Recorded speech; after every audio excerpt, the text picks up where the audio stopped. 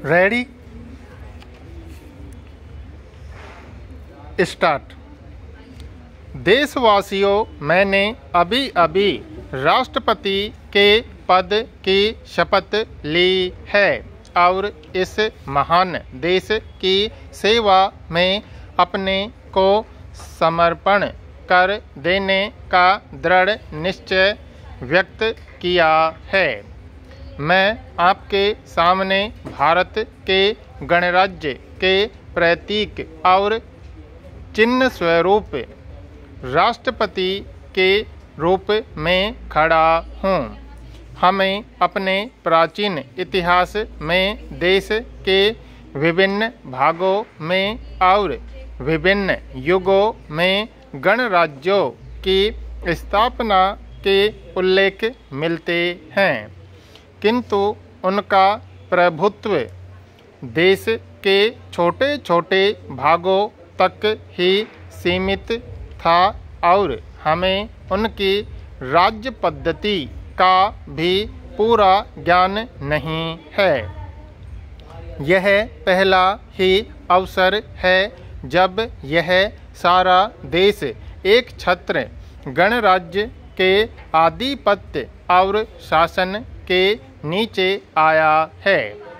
हमारे संविधान ने इस गणराज्य की व्यापक नींव का आधार इस देश के सब वयस्क स्त्री पुरुषों को बनाया है। भारत के प्रशासन और उसके भाग्य का निर्माण करने के लिए करोड़ से अधिक भारतीयों ने अपने प्रतिनिधि चुने हैं।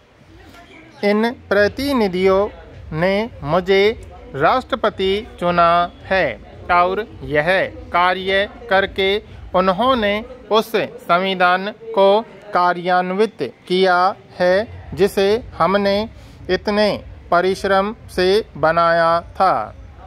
व्यक्तिगत रूप में आपके एक देशवासी के नाते तथा इससे भी कहीं अधिक भारत की स्वतंत्रता के संघर्ष में आप में से अनेक के एक साथी के नाते मैं आपके विश्वास के इस अपूर्व प्रदर्शन के लिए अत्यंत कृतज्ञ हूँ, किंतु कृतज्ञता से भी कहीं अधिक मैं इस उच्च पद के गुरुतर उत्तरदायित्व और भार का अनुभव कर रहा हूँ। इस लोकतंत्रात्मक गणराज्य की स्थापना तो स्वतंत्रता की प्राप्ति के बाद ही हो सकती थी। अतः इस स्वतंत्रता को, जिसे हमने कई पीढ़ियों के संघर्ष और तपस्या के बाद प्राप्त किया है, सुरक्षित रखना हम में से प्रत्येक का प्रथम और सर्वोपरि कर्तव्य है। हमारा अटल उद्देश्य यह है कि हम जनता की स्थिति सुधारें और उसकी उन्नति करें, किंतु देश के सुधार और उन्नति की हमारी सब योजनाएं हमारी स्वतंत्रता स्थिर बने रहने पर ही निर्भर करती है। उसी आधारभूत स्वतंत्रता पर ही तो हमारा व्यक्तिक और राष्ट्रीय जीवन निर्भर है। अतः आपके समान ही मेरा भी यह कर्तव्य है कि चाहे जो भी त्याग करना पड़े, हम इस स्वतंत्रता को स्थिर बनाए रखें और इसकी रक्षा करें।